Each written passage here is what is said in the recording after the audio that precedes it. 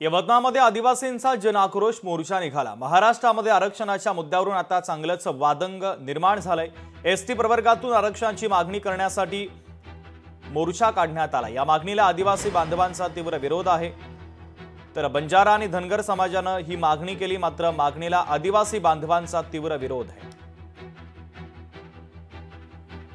बंजारा समाजाला एसटी मधून आरक्षण न द्यावं यासाठी अनेक आंदोलन महाराष्ट्रामध्ये उभारण्यात आलेले आहे आणि त्याच पार्श्वभूमीवर यवतमाळमध्ये मोठ्या प्रमाणात जे आहेत आज आंदोलन छेडण्यात येणार आहे। त्या अनुषंगाने अनेक दिग्गज नेते या ठिकाणी जमलेले आहे की स्वातंत्र्याच्या 75 वर्षानंतर आजपर्यंत जी सूची राष्ट्रपतींनी घोषित केली 1950 नंतर, त्या सूचीमध्ये अजूनपर्यंत कुठल्याही जातीचा किंवा जमातीचा समावेश झालेला नाही आणि भविष्यात सुद्धा होणार नाही।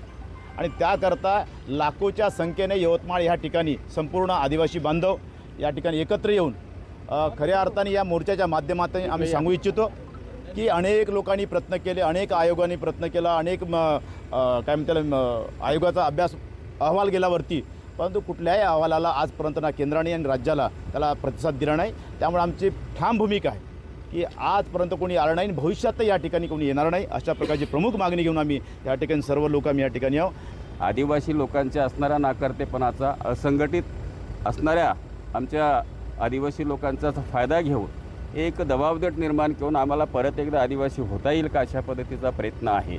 आणि म्हणून आम्ही जर गप बसलो तर सरकारची अशी धारणा व्हायला नको हो की आम्ही त्यांना सहमती देतोय आणि म्हणून प्रतिकात्मक स्वरूपामध्ये घटनात्मक दिलेल्या आरक्षणाचं संरक्षण करणं ही आमची नैतिक जबाबदारी आहे।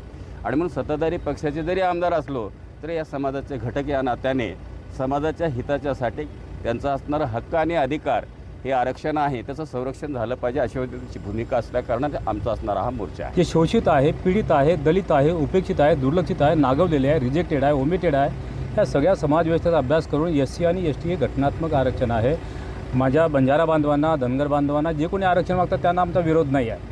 त्याने आरक्षण मागवा, फक्त आमचं सुरक्षित ठेवून कोणालाही काय दिलं तर आमचा काही अर्थ नाही आहे। जो आम्हाला आरक्षण दिलं आहे ते आमच्याजवळ कायम राहावं, आमचा बंजारा समाजाला विरोध नाही असा थेट जे आहेत या ठिकाणी आदिवासी समाजाने सांगितलेलं आहे।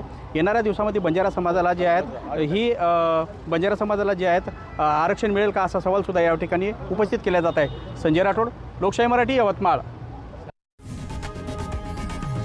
लोकशाही मराठी, ऐका, पहा, जागरूक रहा।